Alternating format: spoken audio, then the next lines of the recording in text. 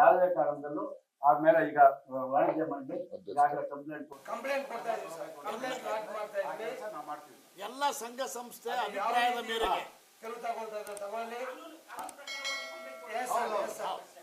ಒಂದು ಕುಲದಲ್ಲಿ ಮೇಲೆ ಅದಕ್ಕೆ ಆಯ್ತಲ್ಲ ಸರ್, ಅದ್ರಲ್ಲಿ ಒಂದು ಸಾಂಗ್ ಆಡಿತ್ತು ಸರ್, ಅದನ್ನ ಬ್ಯಾನ್ ಮಾಡಿದ್ರು ತೀರ್ಮಾನ ತಗೊಂಡಿಲ್ಲ ಸರ್. ಈಗ ನಾಯಕ ನಟರೆಲ್ಲ ಕರೆಸ್ತಾ ಇದ್ವಿ, ಅದೆಲ್ಲ ಆದ್ಮೇಲೆ ಮೀಟಿಂಗ್ ಆದ್ಮೇಲೆ ಸದ್ಯದಲ್ಲೇ ಇದ್ದಾರೆ ಸರ್.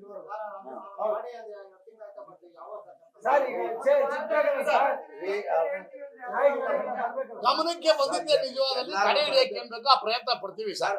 Thank you. ಅವ್ನು ಬೇರೆಯವನಲ್ಲ ಸರ್, ಅವ್ರಿಗೂ ನಾವೇನು ಅಸಹಕಾರ ಅಂತ ಹೇಳಿದೀವೋ ಅದನ್ನ ತಗೊಳ್ತೀವಿ ಅಂತ ಹೇಳಿ ಸರ್. ಅದನ್ನ ಕರ್ಬಿಟ್ಟು ಮಾಡ್ಬಿಟ್ಟು ನಾವ್ ಹೇಳ್ದಂಗೆ ಅವ್ರು ಕೇಳ್ಬೇಕು, ನಾವ್ ಹೇಳ್ದಂಗೆ ಅವ್ರು ಕೇಳ್ಬೇಕು. ವಾಣಿಜ್ಯ ಮಂಡಳಿ ಹೇಳ್ದಂಗೆ ಏನಂತ ಕಂಪ್ಲೇಂಟ್ ಕೊಡ್ತೀರಿ ಮುಂದೆ ಬಗ್ಗೆ? ಈಗ ಯಾವ ವಾಣಿಜ್ಯ ಮಂಡಳಿ ಕಡೆ ಏನಂತ ಕೊಡ್ತೀರಾ ಅಂತ? ಅದೇ ಮಾಡ್ತಾ ಇದ್ವಿ. ಈಗ ಅದು ಆಡಿಯೋ ಅದ್ರ ಮೇಲೆ ಕಂಪ್ಲೇಂಟ್ ಬೆಲೆ ಕೆಟ್ಟದಾಗಿ ಹಿರಿಯ ನಟರುಗಳ ಬಗ್ಗೆ. ಆಮೇಲೆ ಈ ಹಿಂದೆ ಅಣ್ಣವರ ನಟನೆಯ ಚಿತ್ರಗಳಿಗೂ ಕೂಡ ತುಣುಕುಗಳನ್ನ ಕೆಟ್ಟ ಪದ ಬಳಸ್ಕೊಂಡು ಮಾಡಿದ್ರಲ್ಲ, ಅದನ್ನು ಸೇರಿಸಿ ಕೊಡ್ತಾ ಇದೀವಿ. ಆಲ್ರೆಡಿ ಕೊಟ್ಟಿದೀವಿ, ಈಗ ಇನ್ನೊಂದ್ ಸರಿ ಸೈಬರ್ಗೆ ಮತ್ತೆ ಪೊಲೀಸ್ ಕಮಿಷನರ್ಗೆ ಕೊಡ್ತಾ ಇದೀವಿ. Thank you sir.